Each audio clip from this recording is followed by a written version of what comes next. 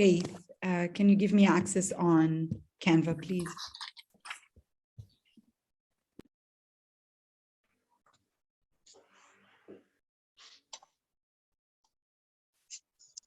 Hi. Welcome, friends. Good to Hello. see everyone. Good to see you again. For those of you who are just on our last webinar, we just held a webinar about 15 minutes ago on trust-based philanthropy. So for those of you who are just with us, thank you for coming to this the next event. And for those of you who we haven't seen, it's great to see you all.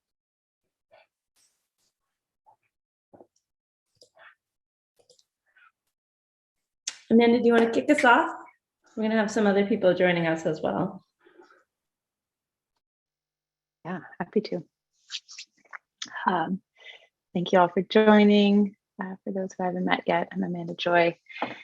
And yeah, just feeling really grateful for this growing community around Regenerosity and so many people tuning into this critical moment for humanity and for all of our ecosystems. And yeah, just hearing the call. I just got back from Antarctica last night and just feeling like, yeah, very, very urgent feelings from seeing a lot of the melting there. And yeah, just feeling really grateful to be surrounded by so many people on the daily that are doing really authentic and whole systems driven work to meet this moment. So thank you all for tuning into life. I'm really more determined and certain than ever after this trip that that this is the age of ecological awakening, and that it's just a matter of time for people to remember our reciprocity with life as nature. And yeah, it's just a matter of time for it all to unfold, and hopefully we won't lose too much along the way. Yeah, so anything else to welcome people in? We're gonna move into breakout groups so just people can cross-pollinate a bit more. I thought it would be good to introduce the team quickly. We don't have our whole team here, but yeah, it would be great to introduce our team. So we are, and Amanda will dive into who Regenerosity is and how we've been formed, but we have a number of our team on the call. I can start. I'm Faith Flanagan. I'm the Director of Operations for the Buckminster Fuller Institute and also the 360 Program Lead for Regenerosity. And we birthed Regenerosity about 2.5 years ago with our partners at Lush. Ruth, do you want to go next? Hi. Yeah, my name is Ruth Andrade. I work for Lush in the kind of sustainability environment and also a lot with the giving part of Lush and also a little bit with campaigning. And then I'm also one of the co-founders of Regenerosity, where, yeah, we tried to scale a lot of the learning and the networks of trust that we had been building in the regenerative movement over the last 13 years. And yeah, partners with others that had also built similar networks and had, this great access to a lot of grassroots projects, and to think together how can we move more resources in reciprocal ways to those that are really doing the work, working with soil, working to protect their ecosystems and working to restore their communities. Yeah, that's why I'm here. Can you pass it along? Oh yeah, I'll pass it on to Wegesa. Wegesa. Yeah, hi, my name is Jane Wegesa Fraser, and I'm from Kenya, and I'm the East African coordinator for the projects that Regenerosity is funding. Thank you. I'm glad to be with you all here.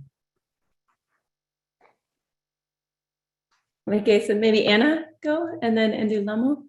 Sure. Hi, I'm Anna. I'm based in Brazil, in São Paulo. I lead the communications and branding part of Regenerosity and also coordinate our efforts in the Amazon.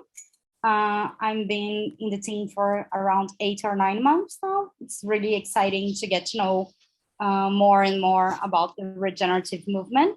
And I'm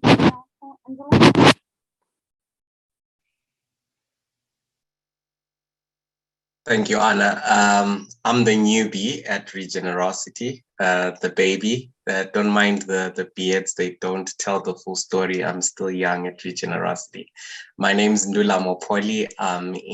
I just joined Regenerosity to assist in grants management and budget management for the projects. I hail from South Africa, I originate from Zimbabwe. And I'm excited at the prospect of serving in this project, and I'm in learning phase, so it's pretty beautiful to even meet you during this time of learning. Thanks. Excellent. And then Judith, do you want to introduce yourself? Yes, I'm Judith. Can you hear me? Yes. Judith Timian. I have been working, I'm a retired international development professional. Been working with the Regenerosity team, helping them get started last year. And I'm very happy and proud of all the work that you guys have been doing. Glad to be here. Thank you, Judith. And then I'm just going to call out a couple more names of our team because they're not here right now. James Atherton works with Lush Cosmetics and Realliance. He's our learning lead.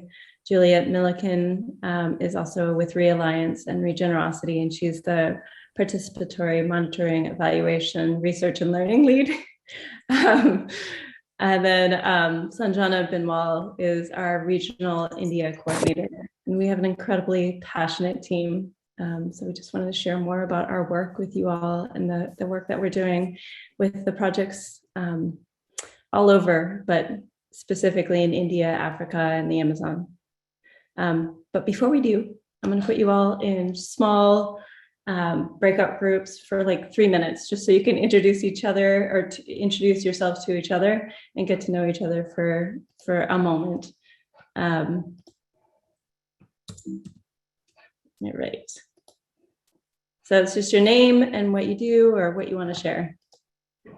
Whatever you want to share.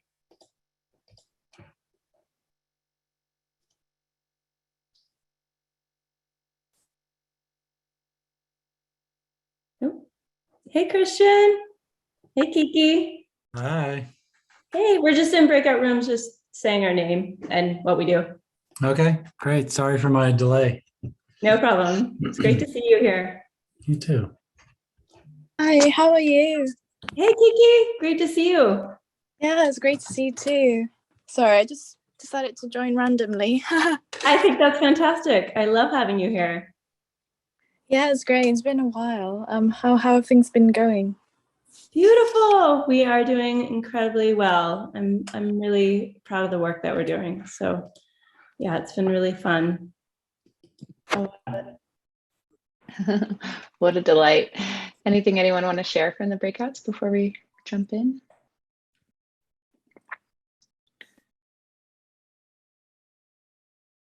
I just want to say it's always good to meet our community. It's such a joy.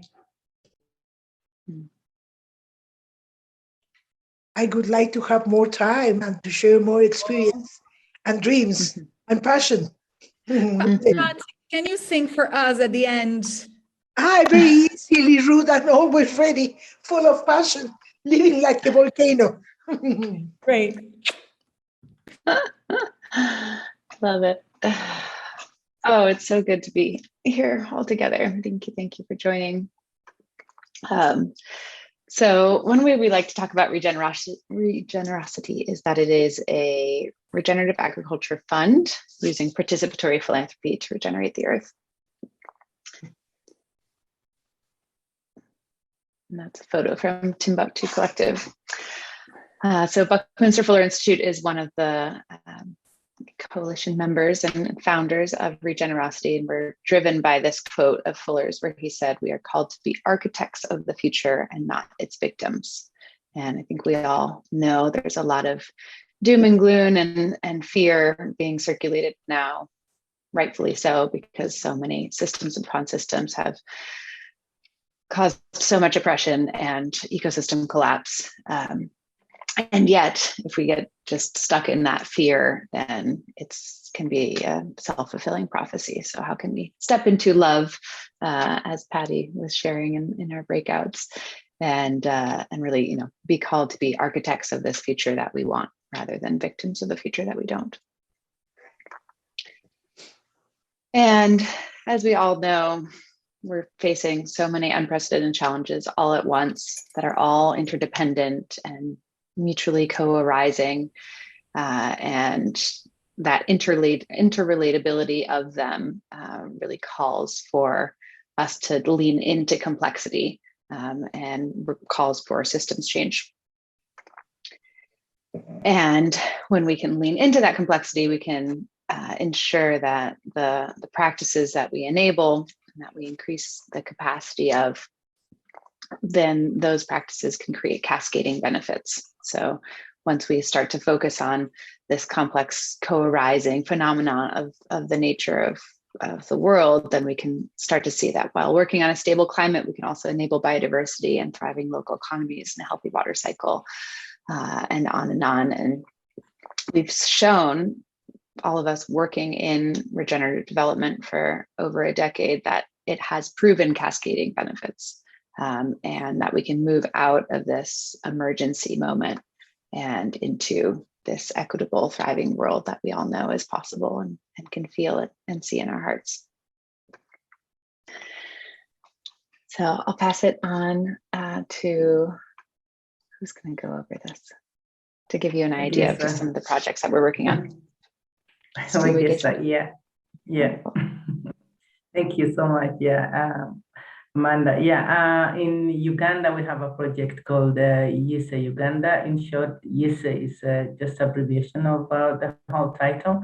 And they work they work in refugee settlements, and they work to promote these refugee settlements in kitchen gardens, and also promoting their basic needs and families that are deprived from nutrition, so that they can plant kitchen gardens that are nutritious and can give nutritional value to the families.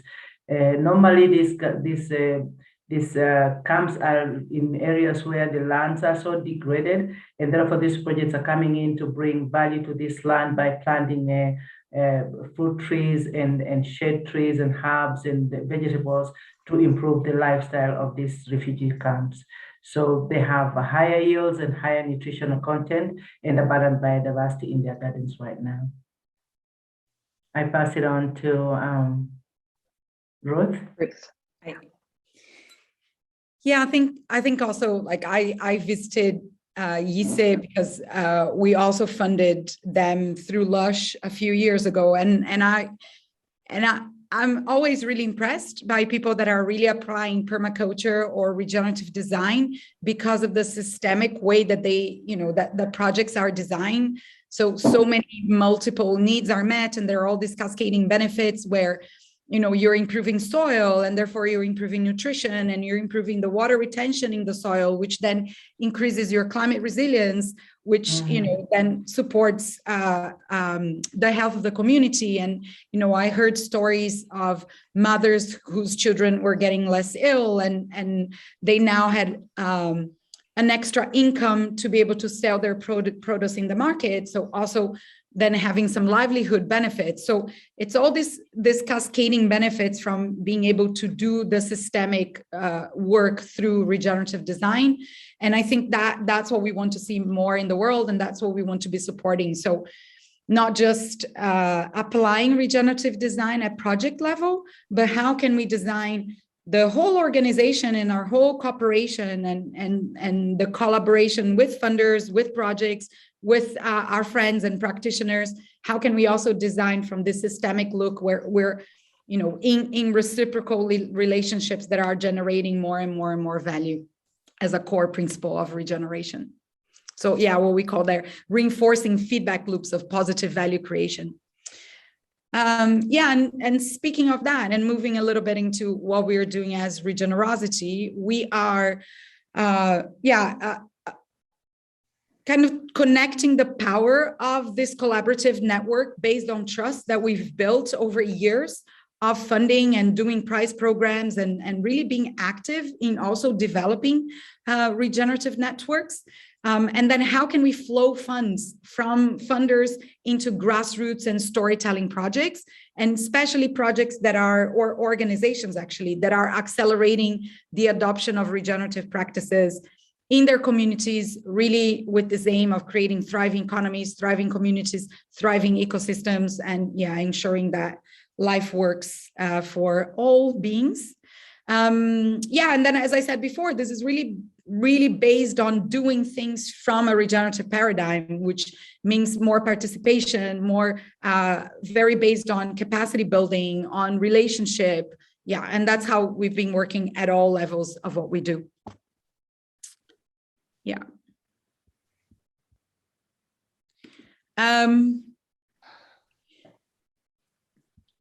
And then I think there is also this concept of trying to transform financial capital into living capital. So we are at an urgent, we all know we are at an urgent time.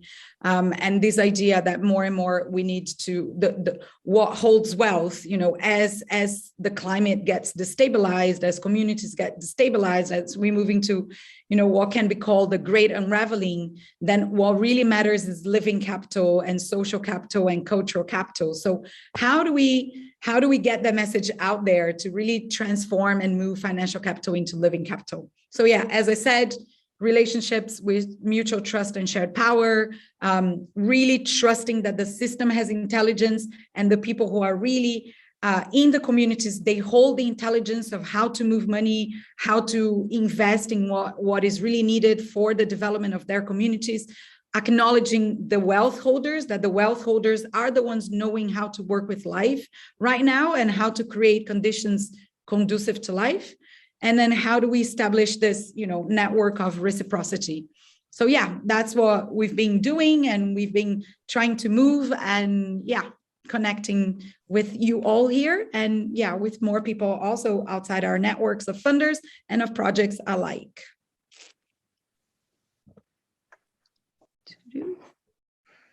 Okay, Amanda. So Regenerosity was born of all three: the Buckminster Fuller Institute, Fuller Challenge, Lush's Spring Prize, and the UN Development Program's Equator Prize, all coming to kind of a similar conclusion, which was, incredible to find the bright spots around the world, but how beautiful it would be to connect them to one another and have more peer-to-peer learning, and then be able to continue to support all of these projects that we've already done all of this due diligence on. So over the last 15 years, we've invested between the three groups 20 million in vetting and funding these projects. We've reviewed over 6,000 and funded about 430 of them. And so the idea with Regenerosity is to continue to support these projects that have already been vetted and are really the leaders in the field. And then, as you'll see later, doing some experiments with Flowfunding so that we can empower these projects to then be grantors themselves, and enable them to decide kind of who's on the cutting edge and needing support from their point of view, much closer to what's happening on the ground.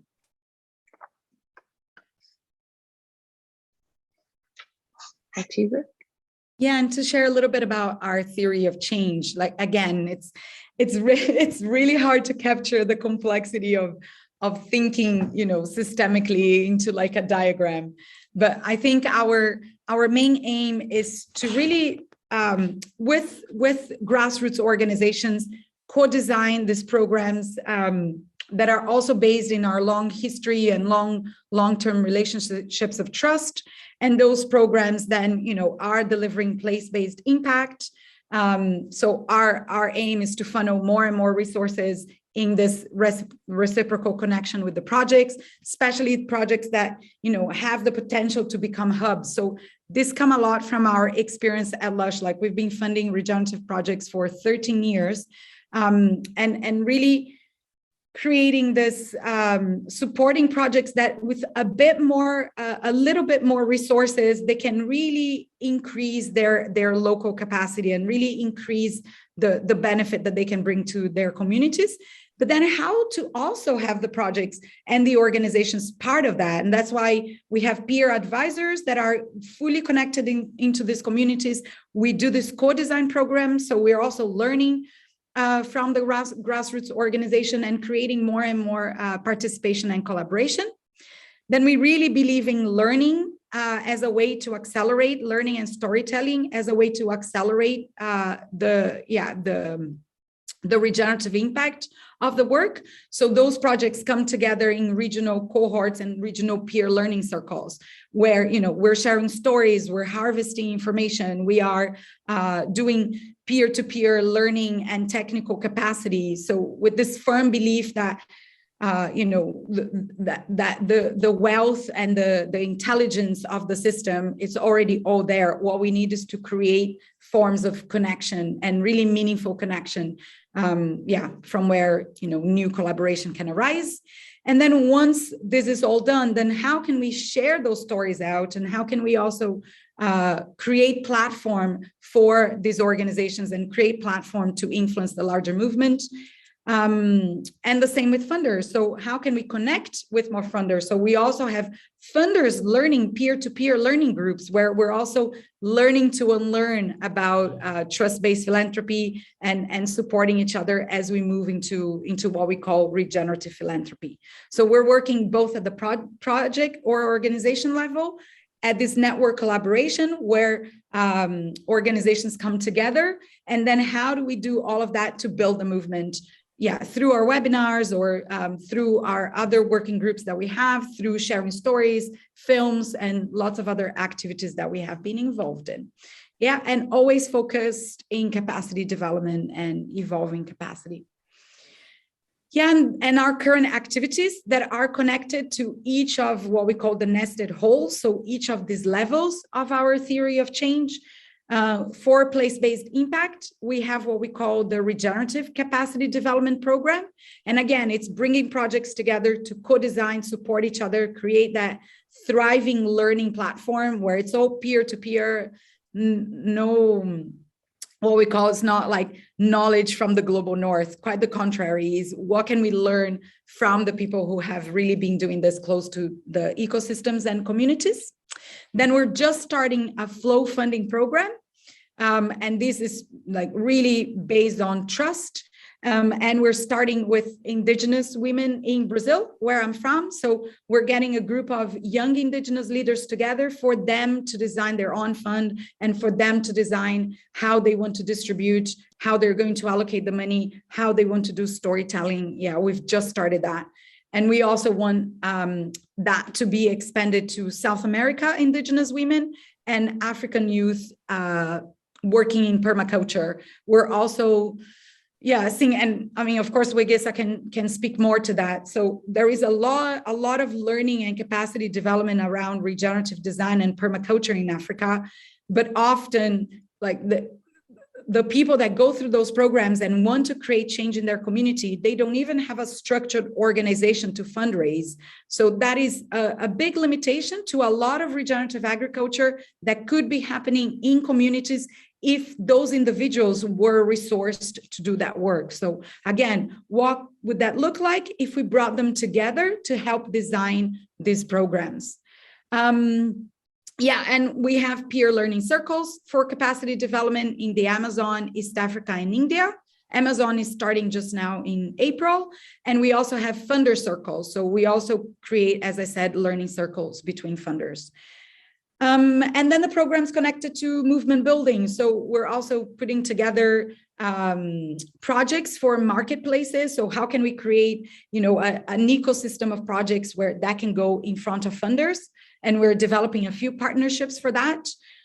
We are also in the final stages of planning a media and a storytelling project around news. We don't want to call it regenerative agriculture because it's so much more than that. We call it liberation agriculture.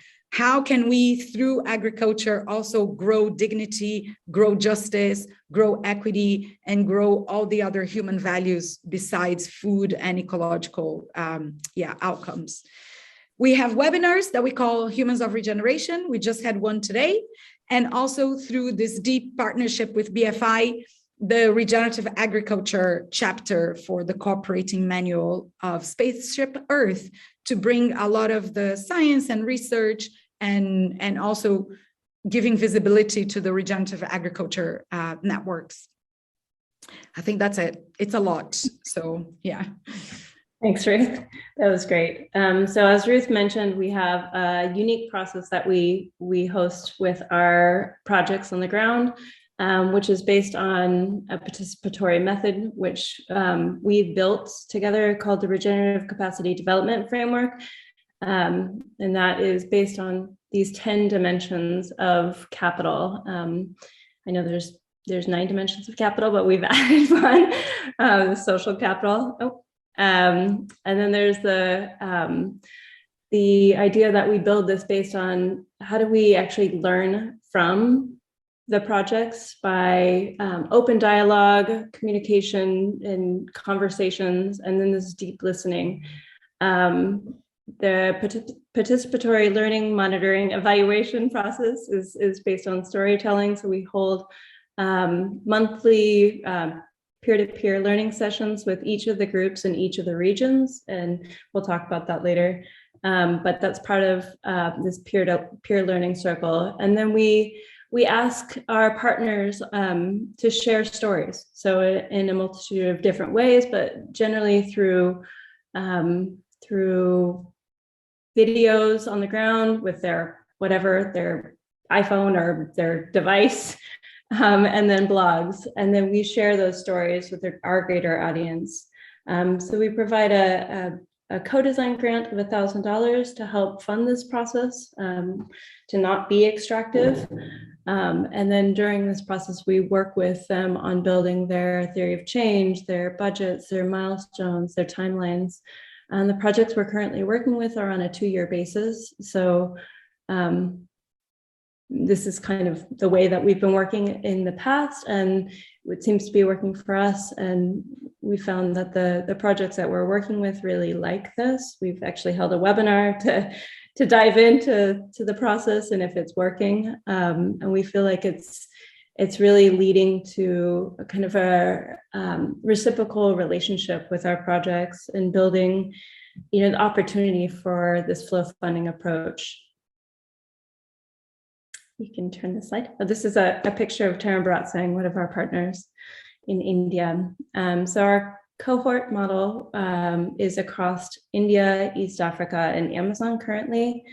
And just to give a picture of how we work in India via the network collaboration, there's a number of different projects. We're currently working with 4 different projects, Nafdanya, Earth Forever, Permaculture, and Timbuktu, who all work on different elements of agroecology, seed sovereignty, permaculture design, community mobilization, and water retention. That's Permaculture. And then community development and integrating landscape management. So each of these projects brings a holistic approach to the field, and they are also connected with their communities in a larger way. And so, our goal is to really build the field and create capacity for the projects, not just the projects we're directly working with, but the communities that they're working in. You can shift it.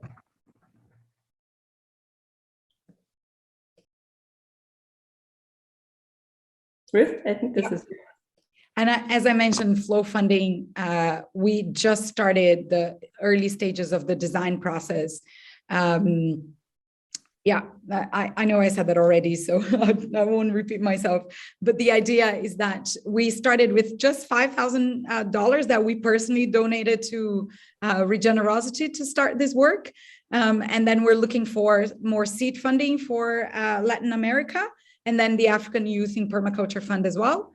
And then we're hoping to fundraise $300,000 this year, so we can really resource well those 4 flow funds. Oh, I forgot the 4th one, which I don't know if it's on the list. Like I also, it's to fund community. Basically in Brazil, as you know, well, I come from Brazil, and as we know, we have a crazy president that holds the future of humanity in his hands, because he's a real threat to nature in Brazil. And I think we need to remove him from power. So part of the flow funding is also, can we support community activists who are working in communities that would like that are promoting alternative political pathways so we can actually take them off power. And this is probably not something that we're going to be able to do through BFI. Also, one of the call from Indigenous women is they want to be elected. So they told me that we need support for our campaigning. And unfortunately, we won't be able to do that through BFI because it's political, but they want to be elected. Indigenous people really want to have a seat at the table and they want support with their campaigning. So yeah, that's some of the things that we are discussing, which blend, regeneration and activism and the systemic view of what needs to happen now. So yeah, we stand a chance.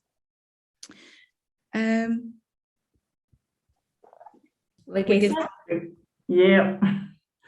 Thanks, Faith and Ruth. Yeah, and Esa Uganda is expanding their activities to a new camp in a place called Nakivale in Uganda. And they're training refugee families in permaculture and regenerative practices to achieve food security, increased income, and restore degraded lands. They have been a big inspiration to both camps in Bukombe and Nakivale, and families are really loving to adopt to their programs. And they have so far transitioned over 200 refugee families into regenerative agriculture. And right now they are looking at building a permaculture learning center that will target new and larger audiences across Africa, both refugee and non-refugee communities, lawmakers and community leaders, provide practical opportunities for agricultural college students, like going into to do practicals at the Permaculture Learning Center, and also focus on empowering women and youth. They want to create at least 100 community. During this, they will create at least 100 community jobs during the 6 months of construction. And so far, UK-based Ashton Award has funded $10,000 for the construction, and this is looking for additional funding of $30,000. And we are just hoping that we can help, Regenerosity can help build this demonstration center. Next slide, please.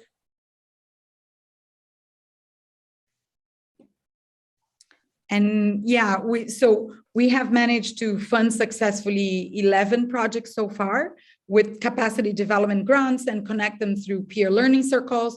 And a lot of those projects are, looking for additional funds. We are also in this constant development of the network of projects. So we're in constant contact with over 400 projects in our networks, and our aim this year is to be much closer to them. So maybe even some of you here will have received a request for information. Like, we want to keep this live database of who is needing what kind of funding where, so we can support, in any way that we can, give more visibility to the funds that are needed by our ecosystem.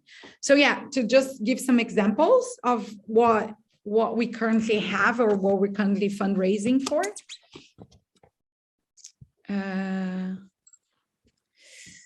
Faith, yeah. As Wegesa said, Esa Uganda would really like to expand their training and their program, and they're seeking for more funding. These are all the projects in our East Africa cohort. We also have Gardens for Health International, that they do super beautiful work in using regenerative agriculture, training mothers on how to grow food that is high nutrition and low pesticide. And then that is a pathway to reducing malnutrition in kids. We also have CAFRED in Uganda that also relied a lot on ecotourism as a strategy for protecting the national park, and now is looking to how can that community diversify those livelihoods by moving more towards regenerative agriculture, and especially with coffee as their main crop. And this is regenerative agriculture in service of biodiversity. It's another really, really beautiful project that we're also learning a lot from. Next.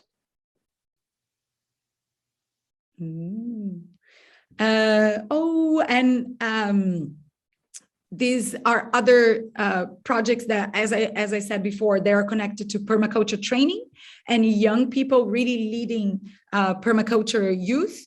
And we have Ramwanja Rural Foundation in Uganda. We call them Perma Youth. They're part of this movement, and they're also a refugee-led organization that is basically trying to spread how can you grow food in regenerative ways, but through dance and song, and like the culture that they're creating around permaculture is really staggering and super, super beautiful. We saw some of their videos during Spring Prize. Yeah, and they're like the newest addition to our cohort. Yeah. Faith, if you want to keep moving. The Indian projects, maybe I'll just talk about one, the rest you can see on the screen. TBS, Tarung Bharat Sangh. I've also known about this project for a really long time. It's really close to my heart. They've been doing amazing work for 25 years on really deep work for ecological restoration. They have rejuvenated 7 watersheds and made 12 rivers come back to life, really working. They map the watershed, and then they work with each one of the villages in their watershed, implementing landscape water retention structures. So sometimes it's, check dams, sometimes it's dams, sometimes it's swales, and then they go village by village, reestablishing the water table until all of that combined restores the whole watershed and the rivers can flow again throughout the year, not just during monsoon season. And then they're also doing a lot of work training farmers to conserve water in agriculture. Through better irrigation practices, etc. And again, for people who care about return on their investment, this is a really interesting project where so much can be done for communities for a very, very small amount of money. Yeah. And then, Timbuktu Collective, also really beautiful project because they're taking a whole village and many villages, but taking a whole system design. So there is education, there is agriculture, and the project we're supporting is adding value. So how can they turn farm produce in products that they can sell that have added value? So we are funding some of that research, but now they need to establish the demonstration site so they can really scale that into the neighboring communities. Faith? Yeah, I'm going to speak to Yakun. Amanda? And then the projects in Ecuador that I'm also, I've also been following them for a long time.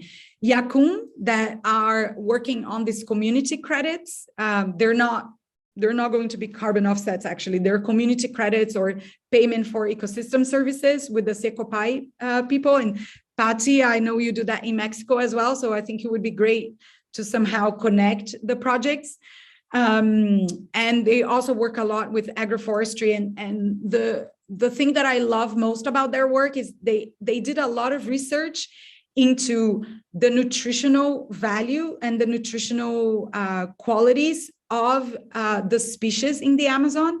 So they designed their nurseries and they designed the agroforestry to actually meet nutritional needs for the community. And it's often foods that had been forgotten, that, it used to be part of their culture, but now have been replaced by, colonized food systems. So how can you restore nutrition, but also restoring agroforestry while increasing biodiversity of crops that the communities are growing? Really also super well-designed, beautiful project. And in Brazil, it's also conversion of monocultures into agroforestry in the Amazon. So it's based on a really successful project with coffee. And now this project is based on guarana. And there is one more project that's not there that we're also fundraising for now, and it involves enormous indigenous land and a project with native bees, but that we're also aiming to move towards payment for ecosystem services for forest protection. Yeah, Faith, do you want to speak to that? Yeah, so we are currently, we currently raised about 1.2 million in 2021 for both the regranting program and place-based impact, as well as all of our other 4 programs that we run with Regenerosity, and we're looking to expand this year. So if you know of anybody that is able to give or be part of the Flow Fund or expand your opportunities, I know all of us have given to the Flow Fund so far. We would love the opportunity to talk to them. We're always building our network. So would love to an introduction or a conversation or phone call. So Amanda, do you want to add anything to this?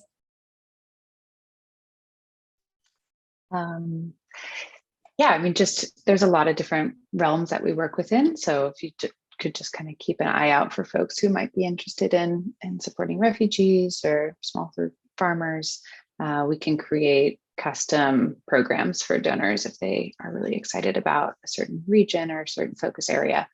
And then always looking for unrestricted funds as well to just support the whole wider ecosystem.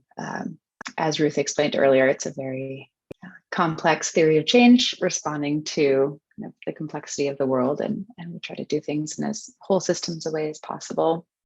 But we have found with donors that sometimes a little bit more of a focused gift on one thing can ignite people's passion and generosity. So happy to talk anyone through what the options are if they want to, say, focus just on Tarambatsang in India and focus on restoring some rivers. As Ruth said, the return on investment is pretty ridiculous there. And restore a whole river for $15,000 or less. And it's just so vital as we go through this radical time of transition that we have the living capital in order to support and buffer those that are the most vulnerable to these extreme weather events. So really excited to talk to anyone, and please, do introduce us to folks in your network who might be interested.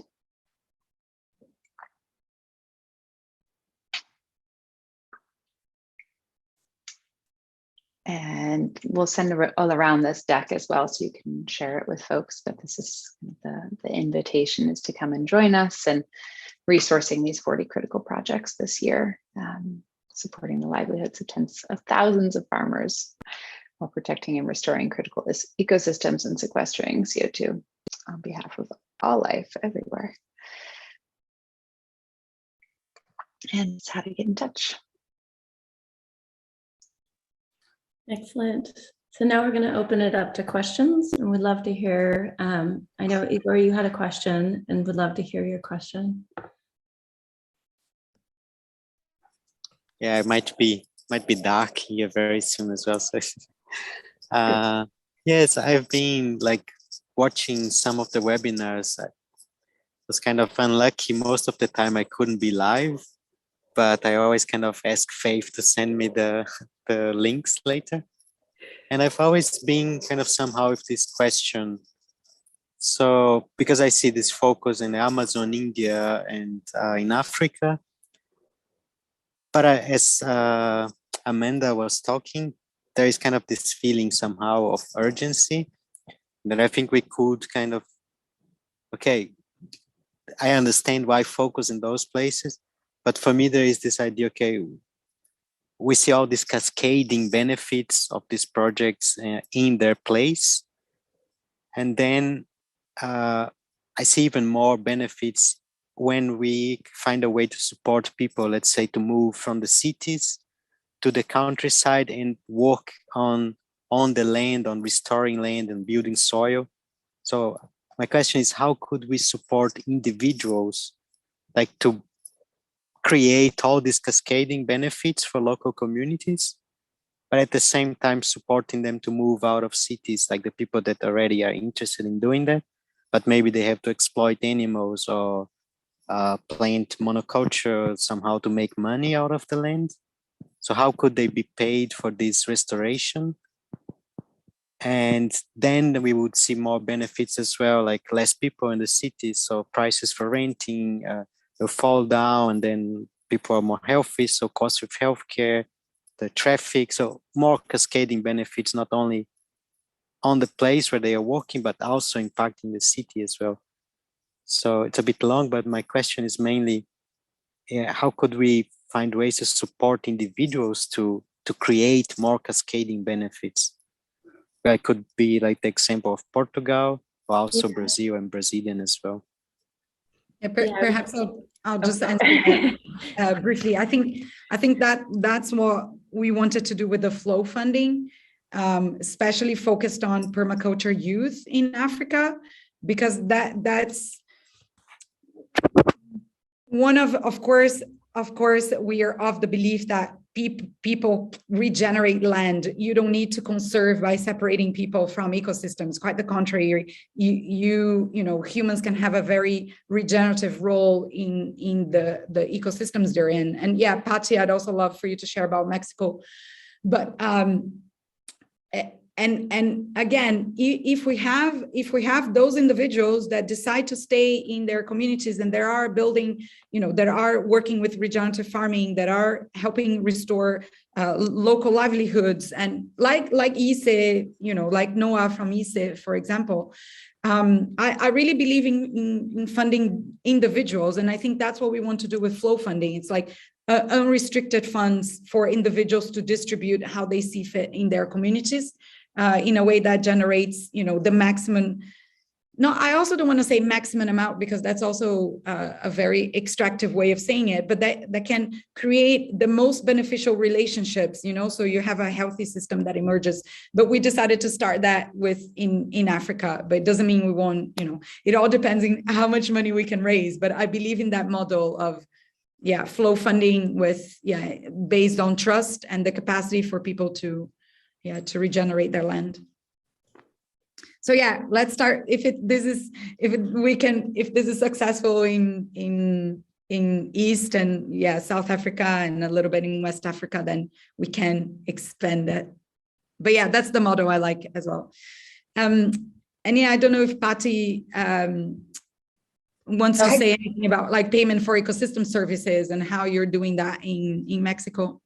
Yeah, surely. We have been trying to get to the process of carbon credits. And carbon credits with the global protocols are so far from the context of the local communities. Then we have developed a local protocol that may teach you how to go beyond those borders of market.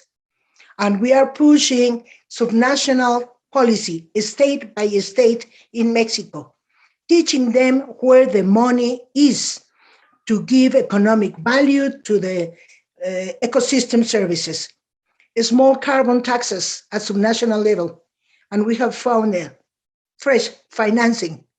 Then when we are trying to replicate, I'm not asking for money. I'm teaching the subnational governments where the money is.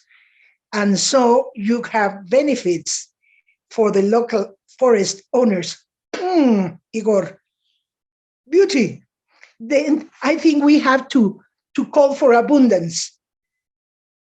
We need abundance. I love that. Wagesa, did you want to add?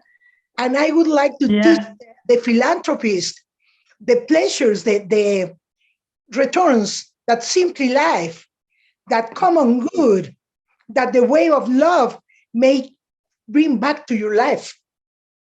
To teach them long-term investments after this life.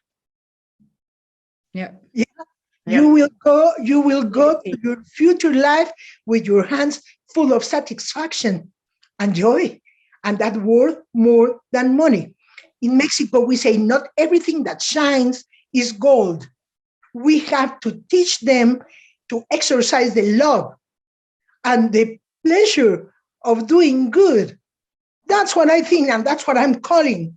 And we as entrepreneurs, as hijos de la tierra, as the sons of Mother Earth, we have to mobilize every possibility with lots of faith.